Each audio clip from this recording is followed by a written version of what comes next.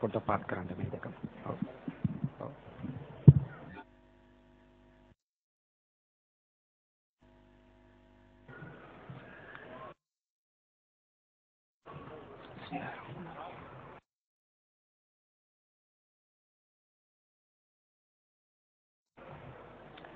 अस्सलामु अलैकुम वरहमतुल्लाहि वबरकातुहु।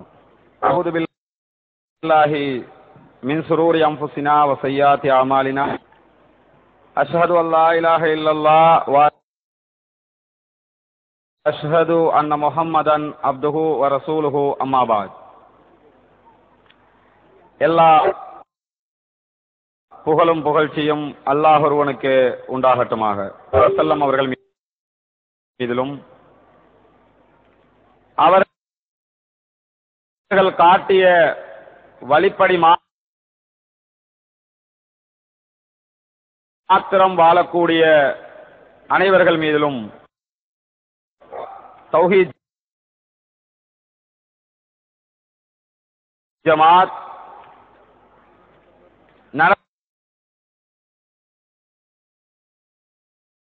நடத்துகின்ற சிங்கள மொழி மூலமாக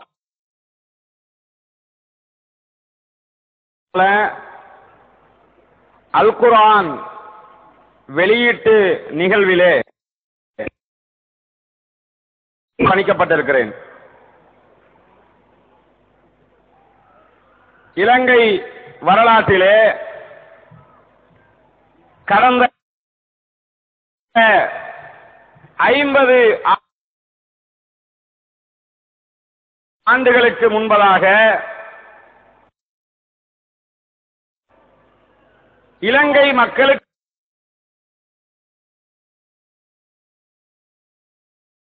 மத்தியிலே வழிபடுவதும் அவுலியாக்களிடத்தில் பிரார்த்தனை செய்வதும்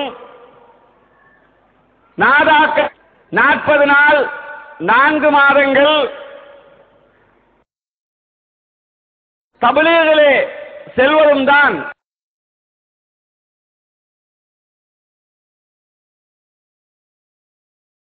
இஸ்லாம் என்று இருந்த காலம் போய்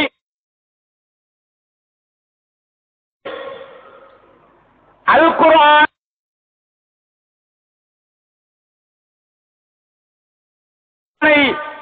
பின்பற்றுவோம்,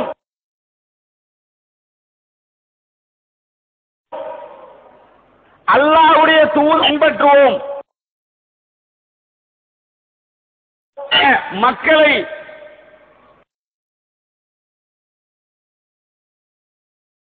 இன்றைய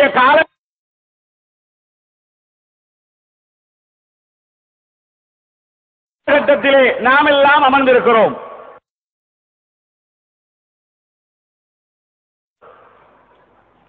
இலங்கை வரலாற்றில் ஏகத்துவ சகோதரர் நிசார் கூவத்தி அவர்கள் இதுபோன்ற குர்ஆனையும் ஹதீஸையும் மாத்திரம் பின்பற்றக்கூடிய மக்களை உருவாக்கி வைத்திருக்கிறது.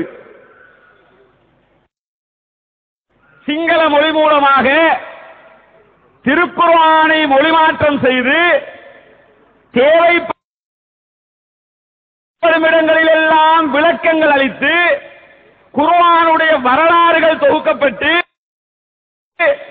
குர்ஆன் இறக்கியப்பட்ட வரலாறுகள் தொகுக்கப்பட்டு மிக அற்புதமாக இலங்கையிலே அல்லாஹ் தஆலா இந்த ஏகத்துவத்திற்கு வெற்றியை தந்திருக்கிறான்.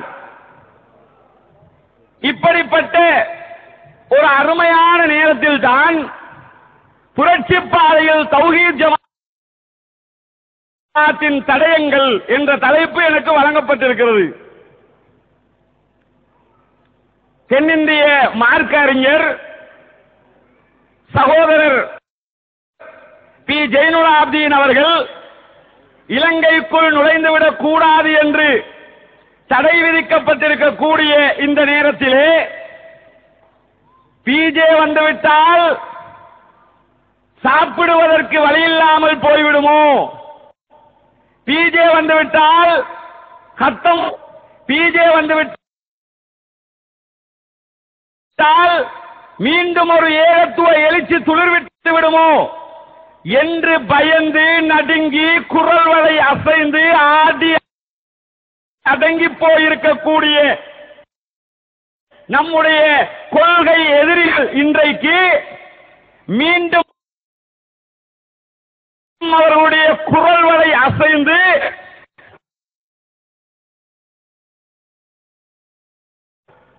காரணம் என்ன தெரியுமா? இன்ஷா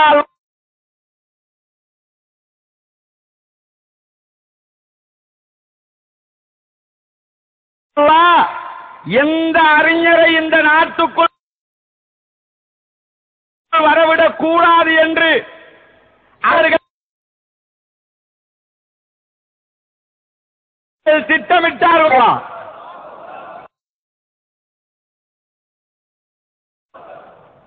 அன்பின் சகோதரர்களே, இலங்கையினுடைய தௌஹீது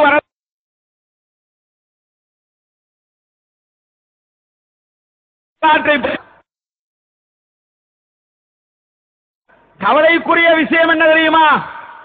இலங்கையில் ஏகத்துவம் விட்டு பல ஆண்டுகளுக்கு பிறகு இலங்கையிலே நாம் இன்னும் அந்த இடத்தை அடையவில்லை. இப்பொழுதுதான் நாம் அந்த இடத்தை நோக்கி பயணித்துக் கொண்டிருக்கிறோம். எந்த அளவுக்கு என்று சொன்னால், இந்த ஜமாத்தினுடைய செயல்பாடுகளை முடக்குவதற்கு, இந்த குர்ஆன் வெளியீட்டை தடுப்பதற்கு, இந்த குர்ஆனை முடக்கி அரச கட்டுப்பாட்டுக்குள் கொண்டு வந்து குர்ஆனை அப்படியே மூடி வைப்பதற்குரிய முயற்சிகளை பலதரப்பாரும் முன்னெடுத்தார்கள்.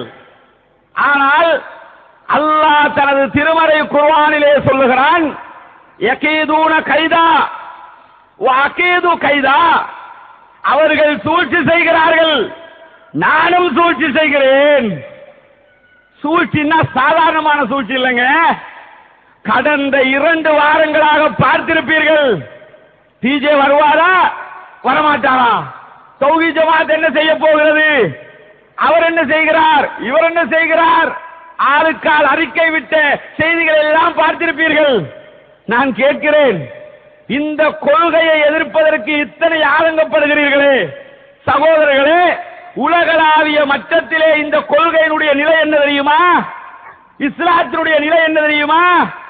நாம் நினைக்கிறோம் இந்த கொள்கையை எதிர்க்க ஆரம்பித்தவுடன் இப்படியெல்லாம் எதிர்க்கிறார்களே, இப்படியெல்லாம் கஷ்டப்படுத்துகிறார்களே, இப்படியெல்லாம் துன்பப்படுத்துகிறார்களே, இப்படியெல்லாம் நெருக்குகிறார்களே என்று ஆதங்கப்படுகிறோமே. இன்றைக்கு உலக அளவிலே இஸ்லாம் எதிர்க்கப்படத்தான் செய்கிறது. நஸ்ராவுடைய இந்த மார்க்கம் என்றைக்கும் அழியாது நிலைத்திருக்கக்கூடிய ஒரு மார்க்கமாக இருக்கிறது. இந்த மார்க்கத்தை குழி தோண்டி புதைப்பதற்கு நினைத்த அத்தனை பேரும் முகவரியற்றுத்தான் போயிருக்கிறார்கள். பார்க்கிறோம், நபிகள் நாயகம் ஸல்லல்லாஹு அலைஹி வஸல்லம் அவர்கள் இந்த ஏகத்துவ பிரச்சாரத்தை ஆரம்பிக்கிற போது நபிகள் நாயகம் ஸல்லல்லாஹு அலைஹி வஸல்லம் அவர்கள் லா இலாஹ இல்லல்லாஹ் முஹம்மதுர் ரசூலுல்லாஹ் என்ற திருக்கலிமாவை கொண்டுதான் பிரச்சார வாழ்க்கையை ஆரம்பித்தார்கள். இன்னைக்கு கொஞ்சம் பேர் என்ன சொல்றாங்க தெரியுமா?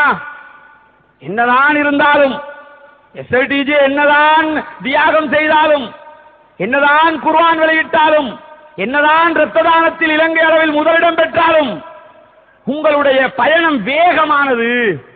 மற்ற எல்லாம் நீங்க யாரையும் அனுசரிச்சு போக மாட்டேங்கிறீங்க, எல்லோரும் இணங்கி போகவில்லை, அத்தனை பேரையும் அடித்து நொறுக்கி கொண்டு போய் கொண்டிருக்கிறீர்கள்.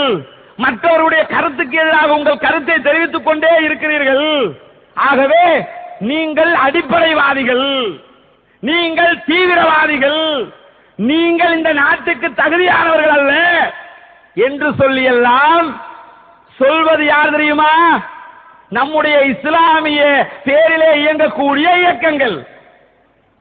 இவர்களுக்கு லா இலாஹ இல்லல்லாஹ்வுடைய விளக்கம் தெரியுமா?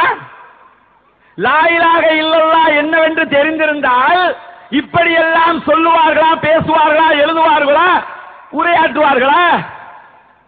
லா இலாஹ இல்லல்லாஹ் நபிகள் நாயகம் ஸல்லல்லாஹு அலைஹி வஸல்லம் அவர்கள் இந்த உலகத்திலே இந்த கொள்கையை எடுத்து சொல்லுகிற நேரத்தில் மக்காவினுடைய நிலை என்ன தெரியுமா?